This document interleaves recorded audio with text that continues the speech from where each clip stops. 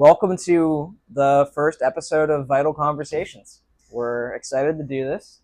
I'm Dr. Colin Butler. I'm Dr. Mike Shadow, and we are Vital Performance PT. Yeah. So in today's first Vital Conversation, we're going to be going over a general topic of athletic hip pain and just kind of going through kind of what might be involved in that and contribute to the issues, maybe like what our assessment process might look like in identifying what those root causes might be, and what the game plan might look like in order to address something Yeah. like that. And this is inspired by a conversation we had about an hour ago with a college male hockey player who started having some hip discomfort and some groin, like lower abdominal wall discomfort towards the end of his season, I believe.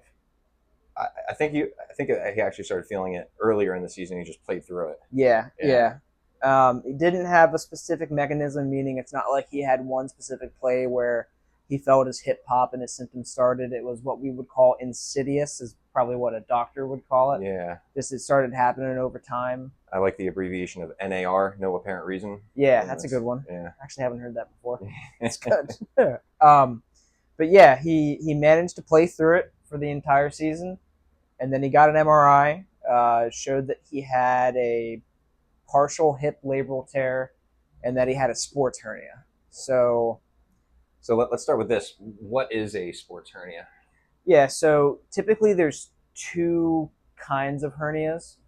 That's usually diagnosed based on the location that it happens at. So there's an inguinal hernia and then there's an abdominal hernia. And sports hernia is umbrella term. It's an umbrella term for typically the inguinal region, right? Yeah. So what most people commonly think of with a hernia is like an actual like protrusion from the abdomen region.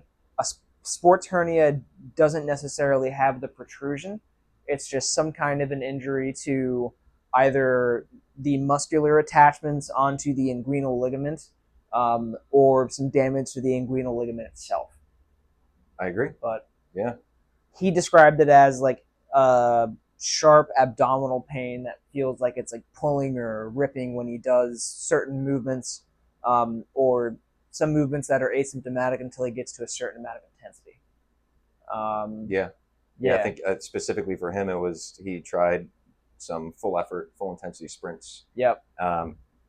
Despite his current PT's recommendation to not do that. So, I mean, I don't blame him. I would probably want to try and test it out myself after going through the rehab process for quite some time. Yeah, and he had a couple weeks of feeling relatively asymptomatic, like not having any painful complaints, and he thought, I'll try this out. Specifically, we'll backtrack a little bit. What's a labrum, Dr. Mike? So a labrum it's a fibrocartilaginous structure that encompasses the entire outer rim of what's known as the acetabulum or the sockets. So this is the acetabulum or the socket of the hip. The labrum goes around the entire outer rim of it, and it actually helps to. Oh, that stretched out quite a bit. So, note to self: don't do that again. It helps increase the amount of surface area that encapsulates the head of the femur here, or the ball of the ball and socket joint, and it actually provides increased stability to the joint and actually creates a vacuum inside of the joint to create like a good suction inside the joint itself. So if there is a tear of that labrum, it could end up leading to pain, but also some like instability in the hip. Yep. And if you continue to aggravate a certain area of that labrum over and over and over again, you could get some bony changes where that labrum actually starts laying down bony tissue, and it turns from cartilage to bone. Yeah. And that's where things become a little bit more difficult to recover from. Yeah, because then you can go from just having the labral tear, so like a loss of that suction and integrity of the joint, to possibly starting to develop symptoms of hip impingement, or another label used to describe that is femoral acetabular impingement, right? FAI, baby. Yeah. Now, just because you have a labral tear, does that mean you're going to have hip pain? Hell no. Yeah.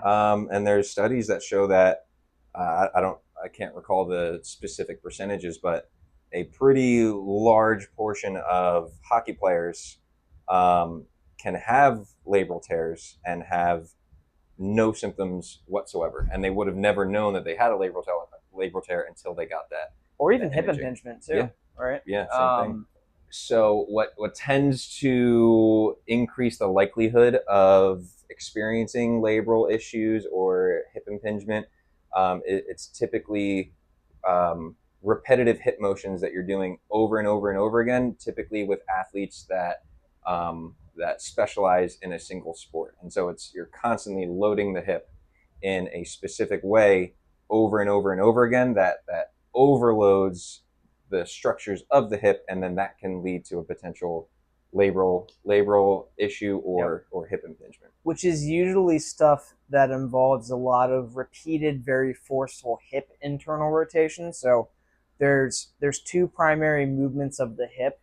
So your hip can turn outwards or away from midline into external rotation, or it can turn inwards or towards this imaginary midline of the body into internal rotation. So think about a hockey player skating, right? When they go to push off and that kind of like lateral lunge motion that they do to push ourselves off the ground and move forward, we actually have to turn things in, right? And oftentimes in hockey players, you'll see a very exaggerated like knee angle turning in as they're pushing off, which is a combination of internal rotation of the hip, internal rotation of the lower leg, internal rotation of the foot, right? But typically it's those repeated forceful internal rotation movements that tend to be more problematic for people that might have a symptomatic hip, right? Yeah. And could potentially lead to some of those changes in the structure. This will be fun. That could maybe over time cause those changes to the anatomy. Yeah. Right. And maybe one of the things that could maybe like increase the likelihood that you experience something like that could be a lack of that internal rotation range of motion. Yep. Whether it's in the hip, the knee, the foot, the ankle. If your body isn't able to get that internal rotation from a joint, then it's going to get it from somewhere. The body is really good at compensating and getting whatever job done that you need to be able to do. Yep. All it's going to do is just follow the path of least resistance. So if it's not getting it from the hip, it's going to get it from the labrum, or it's going to it could even develop some twists through the bones and stuff like that, and have a lot of potential secondary consequences. Right. And that's just because you lack the range of motion and you never gained it, but you're still forcing yourself to do these things that your body might not be in its best shape or to handle in the moment. Yeah. So let's maybe talk a little bit more about the sports hernia side of that case. And in full disclosure, we have not done a formal examination or evaluation on this individual. What we thought would be useful is if we talked about our thought process as to like, what do we want to look at in this person's examination from a actively moving, like dynamic movement perspective, and then from an on the table looking at individual joint motion to start to figure out what can we do to help this individual eliminate their like lingering symptoms with day-to-day activity, like low intensity activity. And then ultimately for him, he wants to get back to playing competitive hockey. So we need to build a roadmap to get him from having symptoms with, for him, it's like really, really effortful hip extension movements, which you will see in sprinting, right? But how do we bridge the gap from he's been strengthening the muscles around his hip, but now we need to get him able to repeatedly perform at high intensities, and what might we need to have him do as maintenance strategies throughout the season? Because as a competitive athlete, the harder you play and the harder you compete, your body can start to make some adaptations that over time could be deleterious to your health. Yeah. Right. And that we could even go into a whole nother conversation just about that, of like there's a very, very, very thin line between like maximal performance and injury. Yeah. And that's what a lot of people don't understand is like they try and train at these like high intensities and high levels, like a professional athlete would, thinking that they'll get in good shape. But like there's a reason why professional athletes get injured a lot or very frequently, and it's because it's this constant battle of like trying to find that perfect state of maximal performance without pushing it even like an inch over the edge to the point where you end up being in pain or Right. suffering an injury. Yeah. Right. But We'll backtrack to the sports hernia. okay. So we were saying that there's two kinds. There's the abdominal hernia, which is typically the one that's going to have the bulge when you bear down, right? Like when you like squeeze your insides really hard, Imagine do a like crunch. you're having a pretty tough time in the toilet and you're just trying to squeeze everything. That's when you might feel a little pooch out. Or if someone makes you laugh really hard and there's abdominal contractions from laughing. Like I'll even tell that story. Yeah, so my buddy, years ago, this is like, I think before PT school, we were at a friend of ours, their graduation party, and he suffered an abdominal hernia, and we were just, catching up, hanging out. It was actually me, him, and his dad. And I said something that he found pretty funny, and he started laughing really hard. And then all of a sudden, actually, no, he had an inguinal hernia. No, wait, yeah, inguinal hernia. So, yeah, inguinal hernia. So out of nowhere, after he's done, or in the middle of him laughing, he just puts his hands right near his nether regions and just pushes in. And then I look at that, and his dad butts in. He's like, "Don't worry, Nick's not touching himself. He's dealing with a hernia that he needs to get surgically repaired." And I was like, "Oh, okay, that makes sense." Yeah. But yeah, so like literally laughing and compressing the body. Imagine like squeezing a water balloon. If you squeeze it from one end, the other end is going to pouch out, right? So he squeezes everywhere, and that's where the pooch out kind of occurred. Yep. Which is generally in. We'll move our model closer. The inguinal hernia is going to be generally in this region. So this bone here is called your pubis, right? Your pubic bone. Typically, it's going to happen in this general area, and then your abdominal hernias, think of your big six-pack muscle that runs right down the middle of your body. It's typically going to be right off that rectus abdominis muscle in some capacity. But and then you could even get into like the what do you call it, the one where the rectus abdominis separates. What is the name for that? I was literally just talking about this the other day with a patient. Typically happens with women during pregnancy. Yeah. Diastasis recti. That's what it is. Yep. So that's a pretty extreme one where literally the rectus abdominis separates, like the ligament or tendon between it tears, and then like you'll see someone try and do a sit up, and it's just a big pouch out like that. Yep. Or if someone like gains a lot of weight really quickly and the six pack just can't keep up with it, it'll separate because of that as well. Right. Actually, my dad has that. Huh. Which is interesting. Yeah, it's pretty crazy to see in real life. That's not fun. No. Yeah. Hockey player producing a high amount of force at a very quick rate, right? So quickly, repeatedly over long periods of time. We talked about how that forceful internal rotation of the hip can start to cause changes, typically on this inside part of the labrum as it aggressively turns in. You'll see that there's more like bony contact here along the inner rim.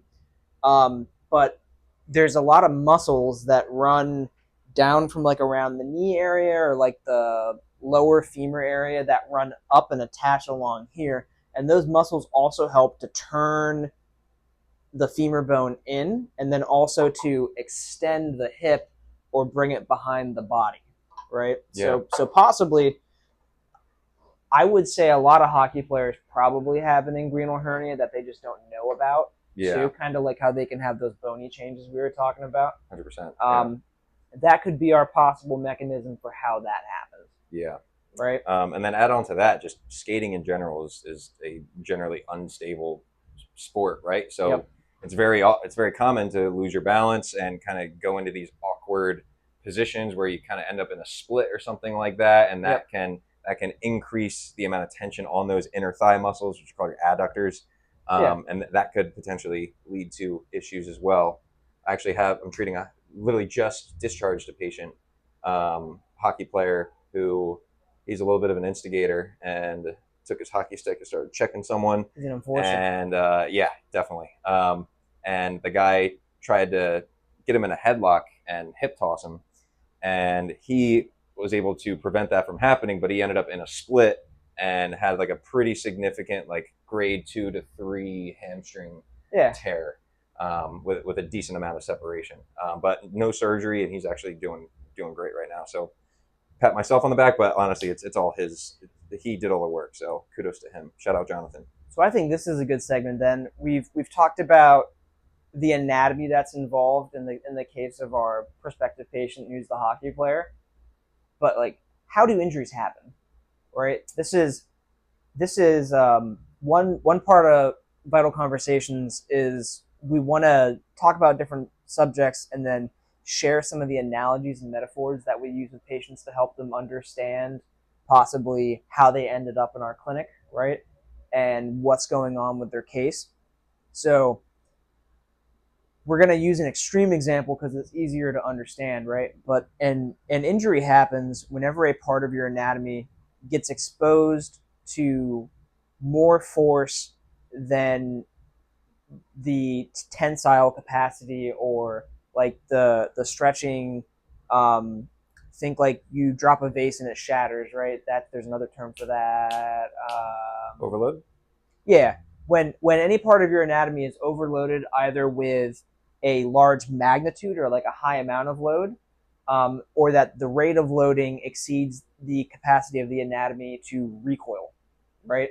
So Think like a rubber band. yeah, yep. If I pull a rubber band really quick, snap.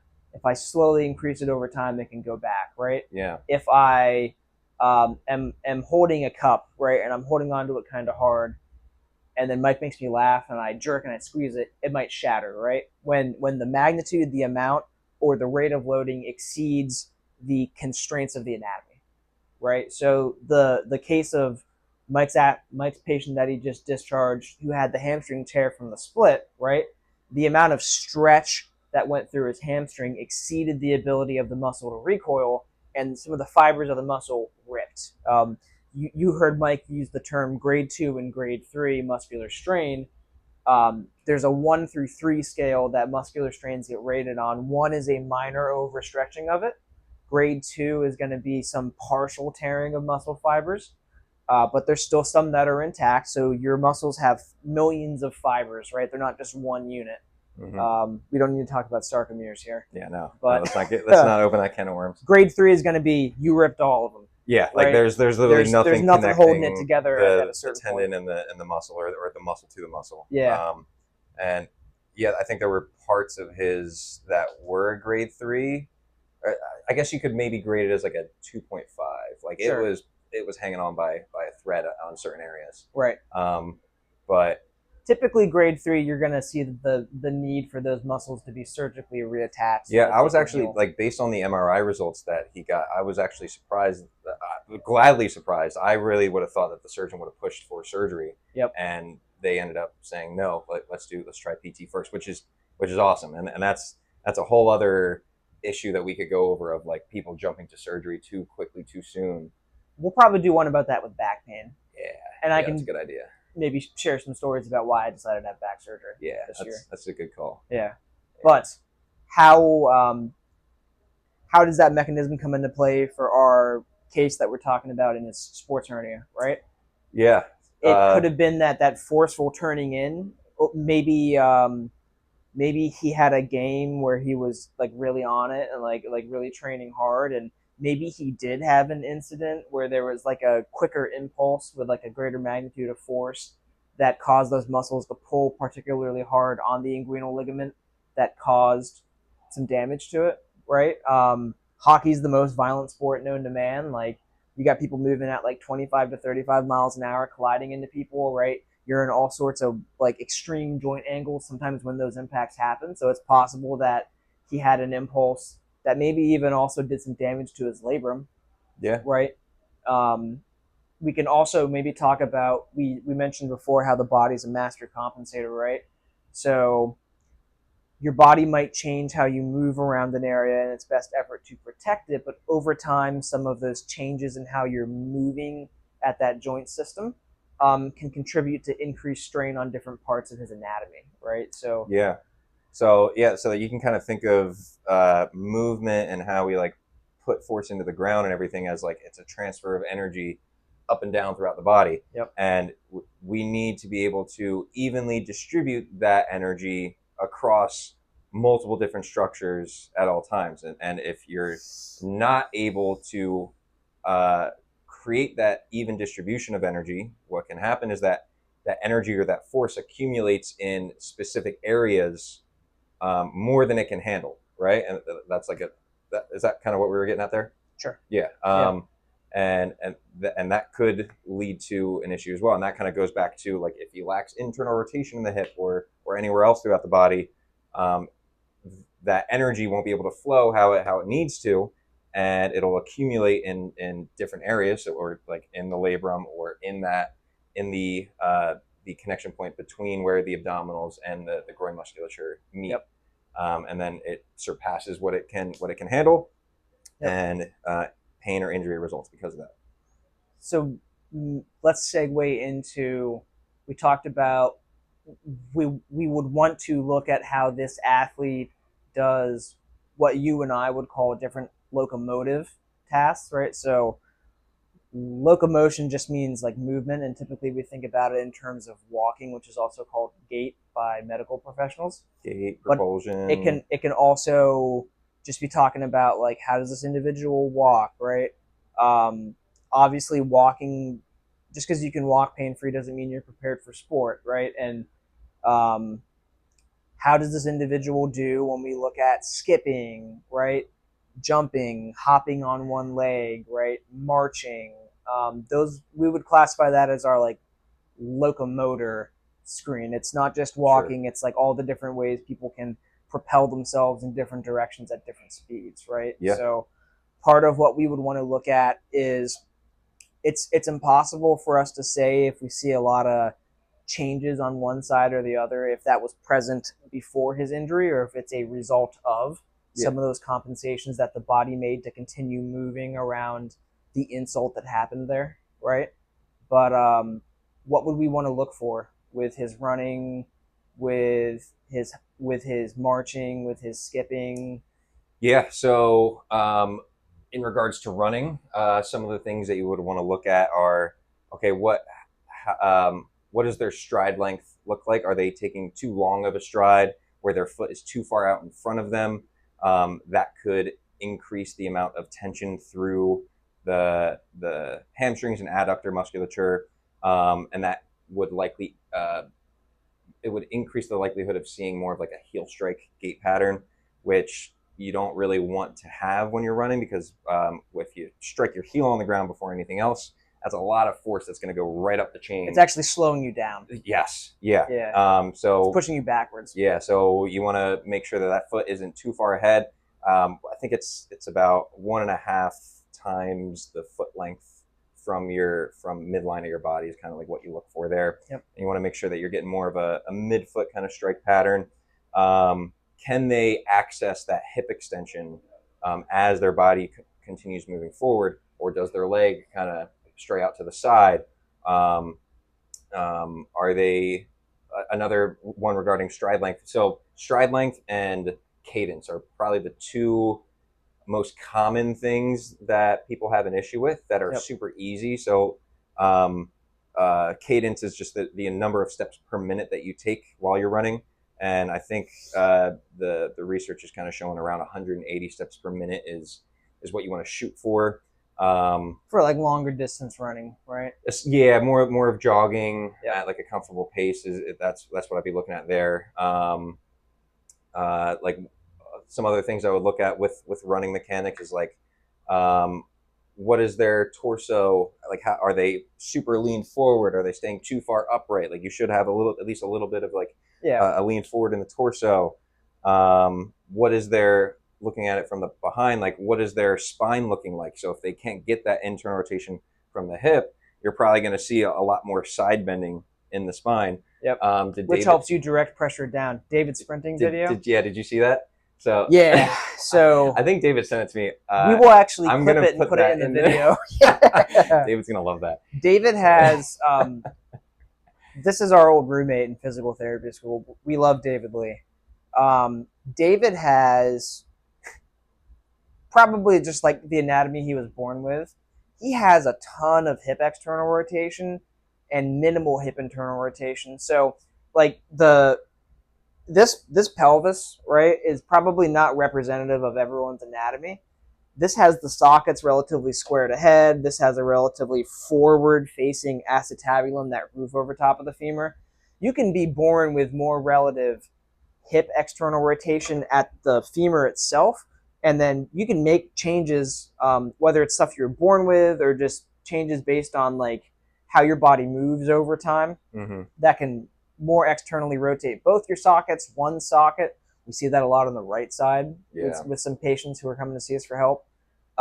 David has a lot of ER, external rotation, minimal IR, but you still have to produce force down into the ground to sprint. So because his sockets face more out here when he runs, his foot strike is his foot in like femur position is relatively away from the middle of the body, and then when he goes to push into the ground, he has to do a big side bend on either side. So and I think some of his coworkers are saying he looked like a salamander, like a lizard. Yeah. Think how when like a lizard moves, they kind of reciprocally side bend, right? Yeah. It's the same principle, just unfortunately in a human.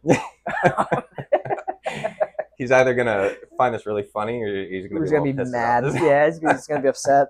Oh, that's awesome. But yeah, that's a good example of how the body will find different strategies to produce a force into the ground to move you around in different ways, right? Definitely. So one thing we want to look for, especially with this athlete having mostly abdominal and inguinal symptoms at this time, is what's his body doing when he's starting to accept energy, or like when his like legs in front of the body and is starting to come in contact with the ground. And then more importantly, what's it starting to do as the body passes over top of it, which is actually when you're pushing into the ground the hardest.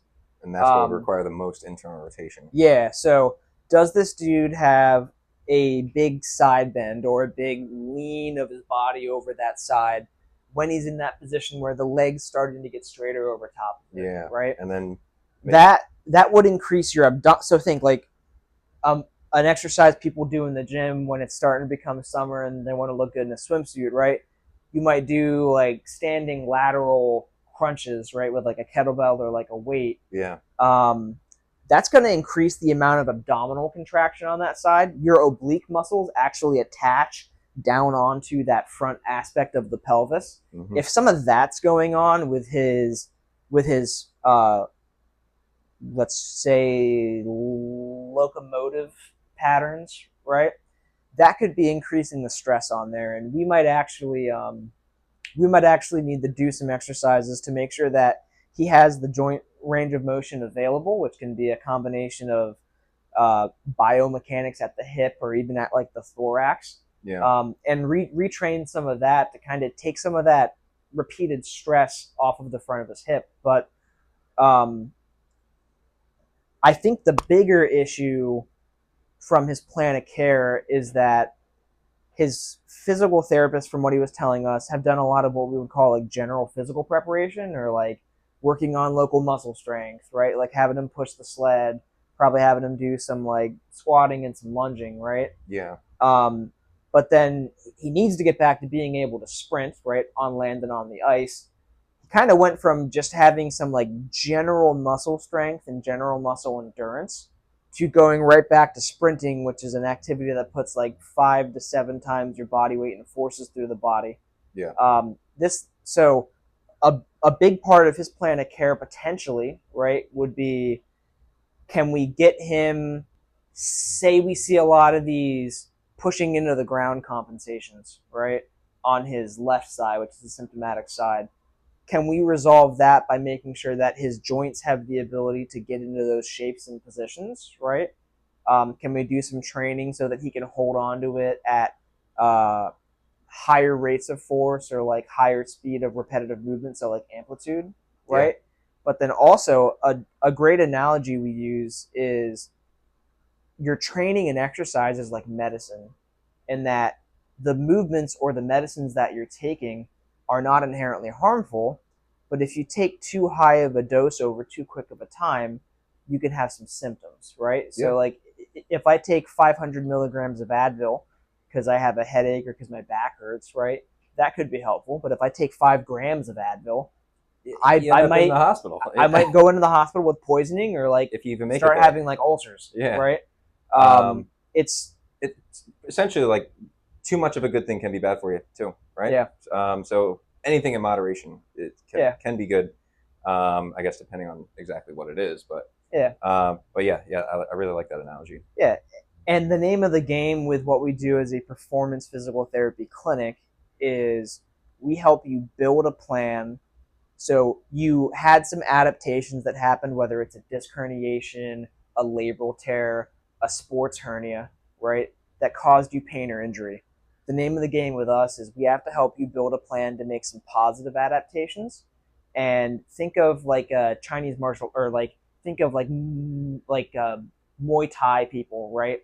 With all the striking they do in their shins, their shins make adaptations over time to be able to tolerate the compressive and the tensile forces so they don't break. Like if you're completely untrained and you throw a full force kick, right? There's a possibility you break your tibia. Oh yeah, 100%. You know, but you see these people who've been training for years and years who can like literally kick a tree repeatedly and they have no injury. Their bones made adaptations to be able to handle those forces. Yeah. Maybe you got injured because that site of injury was unable to handle the amount or the rate of those forces. We need to build a program that slowly builds up his anatomy's tolerance to the amount and the rate and the frequency of those forces instead of going from just strengthening directly into the high demands of athletic movements. Yeah. Let's actually take a step back. So there's two common issues that people have when they're dealing with pain or injury. Yep. The first is they don't know what's going on to begin with, right? Yep. And so that's the first thing that we tend to solve or help people solve is we need to help uncover the root causes of what exactly is going on, right? Yep. So you might get imaging, an MRI, X-ray, ultrasound, whatever. CAT scan. Yeah, and that might kind of help reveal some things that could be going on, but it doesn't paint us the full picture of exactly what your limitations are and what the game plan needs to be going forward. So what we pride ourselves on doing is having a super thorough and in-depth assessment where we look at the body head to toe, because there's always going to be things that are contributing to your issue above or below that area. So for the hip, we would look at, okay, what's the foot and ankle and the knee? How is that behaving? And is that contributing to this? As well as we're going to look at what's going on in the rib cage and the shoulders, and how might that be contributing to the issue in some fashion or some way. Yep. So that's one issue that people commonly have, and that we help people at least provide them answers on why they're experiencing what they're experiencing and how that might have happened. Now, yeah, it's very difficult to identify a specific direct like cause and effect relationship, and like you mentioned before, yeah, we don't like you don't know if that X-ray that you got that showed that degenerative disc disease or that osteoarthritis in the hip or that labral tear from an MRI. There's no way of telling how long that's been there. We don't know if you had that for years or if that happened at that specific time when you got injured. Yep. And that's what's causing your symptoms. It's impossible to tell, or it's difficult to tell.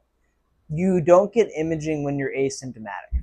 Yes. Right? Like you're typically only going to get some kind of medical imaging for, let's say, an orthopedic concern when you're having symptoms. So we talked about the study showing that most hockey players who are asymptomatic do have some of these changes, these like degenerative changes in their anatomy, but they're symptomatic. Like it's possible that this dude had a hip labral tear for longer than he thought, but it was only uncovered when he started having symptoms, right? Yeah, so exactly. Typically, with the exception of trauma, right, you can't always say that just because you have a negative change in your anatomy, that's the only reason why you have symptoms. Yeah. Right. Now, yeah, like so obviously, if you fall from a roof and your leg is pointing in one direction and you get an X-ray and it's fractured, It's probably the root cause. It's probably a fracture. Probably the root cause. But it's more these these smaller changes that can very well just happen over time and are a normal adaptation that your body uses to help you do the activities that you're trying to do day in and day out. Yep. So that's the first issue that people commonly have, and that we help give them answers to is what's going on. And the other common issue is, okay, I know what's going on. What do I do about it? And that's where the second part of our evaluation comes in. Of we fully assess the body, and then we start putting together like, okay, this is your movement fault, or this is what we're seeing with your dynamic movement sequences and stuff like that. These are what your table measurements are looking like, and taking everything together and helping develop a plan of care with you on what phases of rehab you need to go through in order to achieve your goal, and how we're going to do that. Because just because you know what's going on doesn't mean that, oh, all of a sudden I know what to do. Like, we're able to keep a closer eye on how you're responding to exercises, and making sure that you are meeting the appropriate timelines that we set for you to achieve those goals. One of this young gentleman that we talked to today, one of his complaints from his current physical therapy experience was that he didn't really feel like there was a plan, right? Like, we asked him, how would you know you're done with physical therapy, right? Or like, when do you think you're going to be done going to your current physical therapist? And he said, well, it's kind of just like, I can keep coming in as long as I'm here, right? But how we would approach it is we would have different like criteria that we would want him to be able to physically do from a movement and training perspective. And then once we're consistently checking those boxes, right, of accumulating enough of those targeted doses of movement and exercise to make the positive adaptations that we want to have happen, we could say with a pretty good probability of like when this person no longer needs our direct help. Yeah. Right. And what we do with every single evaluation is we talk to you first on the phone or in person for 20 to 30 minutes just to learn more about you and what brings you in and your experience so far and what you think may be missing from your plan of care, to help determine like, do we think we can help you? Do we think we're the place for you based on your needs and your preferences and what you want out of a physical therapy experience? Yeah, because we're not for everyone, right? Definitely not. And if you are, I'd say you're doing a disservice to people. Exactly. Yeah, right? Exactly. That examination, which is a 60 to 90 minute visit, depending on the complexity, the complexity of things, we actually break down our initial thought process of what your plan is going to look like in different phases, right? And help you to understand like what we typically bucket into like 3 or 4 different phases, right? Yeah. What phase we think you need the most of immediately, typically to get you out of having pain every day. Yeah. Right. And that's like the primary concern right off the bat, is just get you feeling better as soon as possible. Yeah. Now, and that's where a lot of people kind of make the mistake of like, oh my God, my pain's gone, I'm cured. That honestly, the getting rid of the pain is kind of the easy part, and it's putting in the work afterwards to help build the resiliency of the body. That's where people tend to fall short, and then they get injured again, and then they're pissed and thinking like, what the hell, this PT didn't help. It's like our athlete, right? Exactly. I'm feeling good, I'm gonna go sprint. What the heck? Yep. Yeah. I think we were talking about the phases, what the examination looks like, right? Yeah. So typically the first phase is going to be, we got to calm things down, right?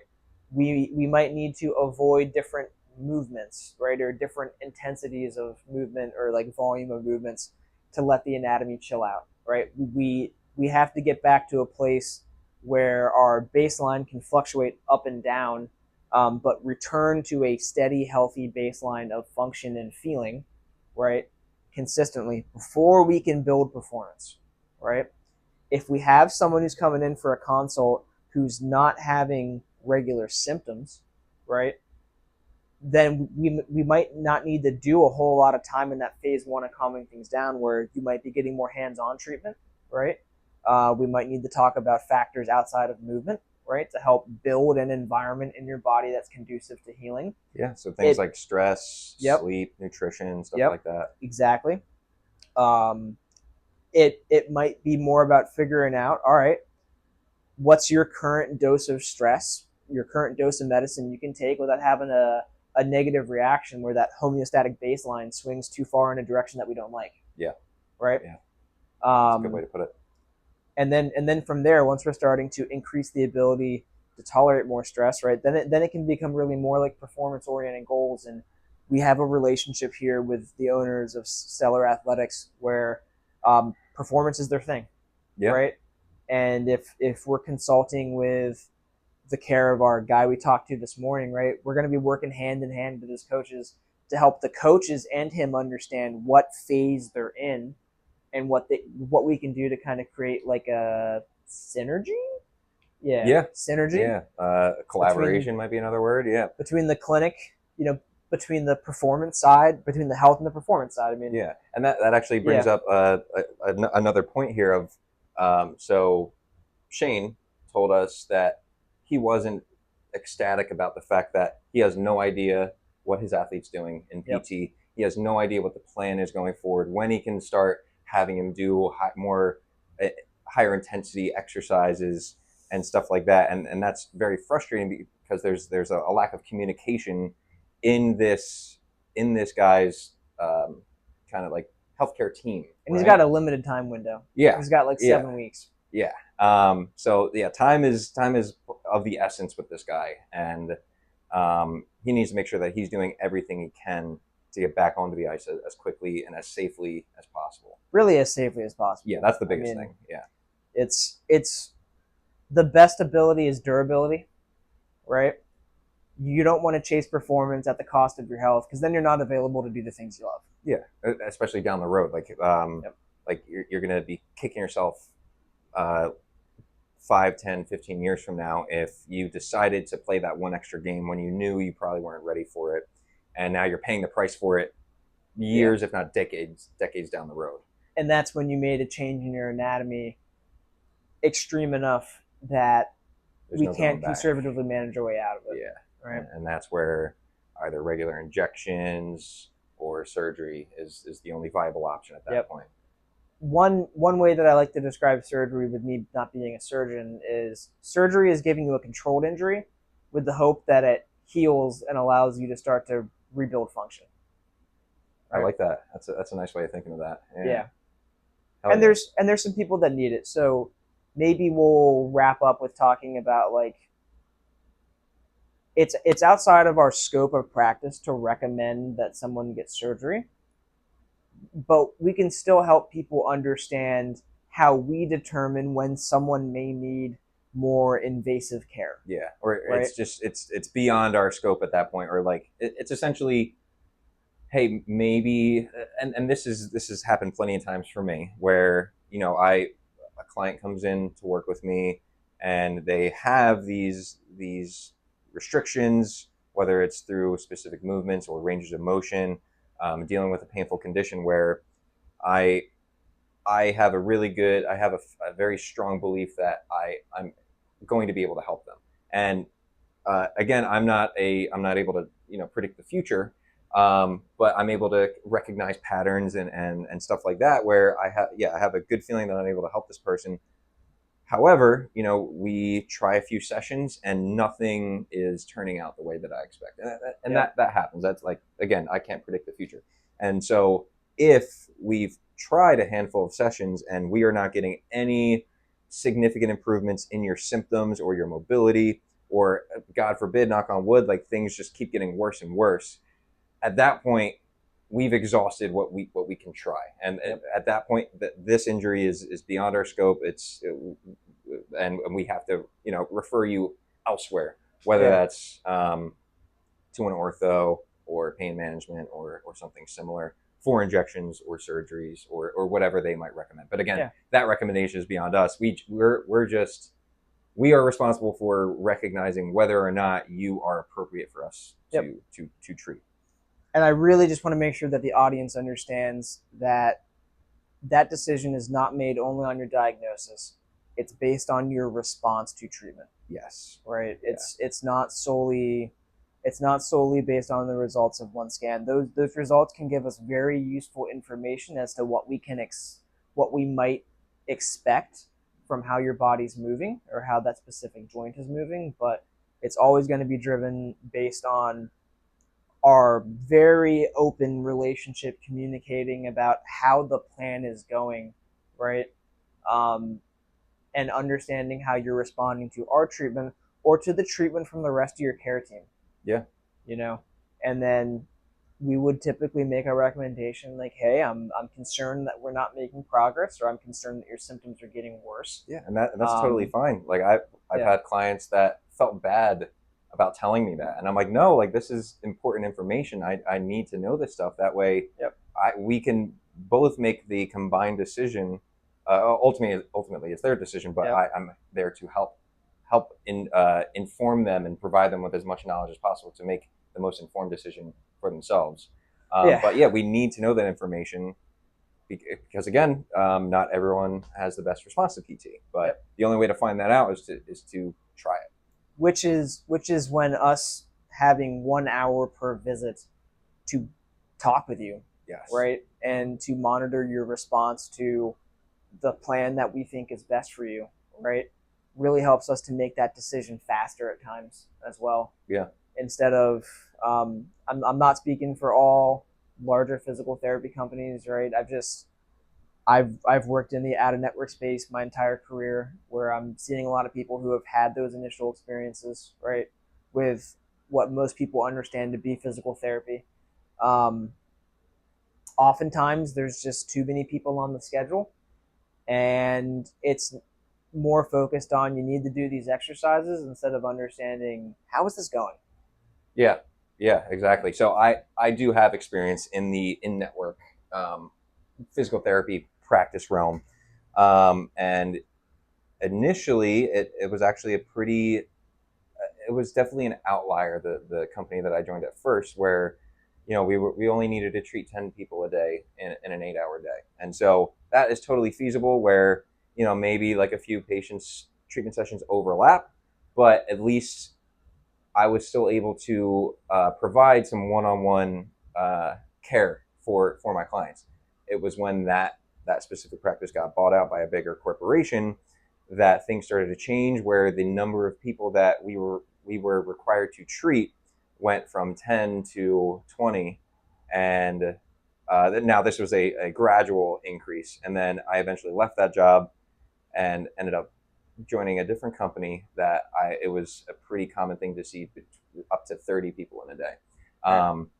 Where if you were to go to a traditional PT clinic like that, it would be pretty common to walk in and work with a PT that is working with 2 to 3 other people at the same time. Yep. And so because of that, the quality of care starts to suffer because they aren't able to provide that attention to detail to your recovery, and it can be very easy to miss pretty important things that might either where you would recognize either they should maybe stop doing PT and maybe consult with someone else, or that the plan itself just isn't working and the plan needs to change, and whether it's the dosage that needs to change, or you need to focus more on mobility rather than strength, or you're doing too much too soon. And those conversations can easily just not happen if you're in an environment where the PT just doesn't have time for you. Yep. Yeah. I agree. Yeah, so we talked a little bit about some hip anatomy today. We kind of got off topic towards the end, but I think that was valuable information. Yeah.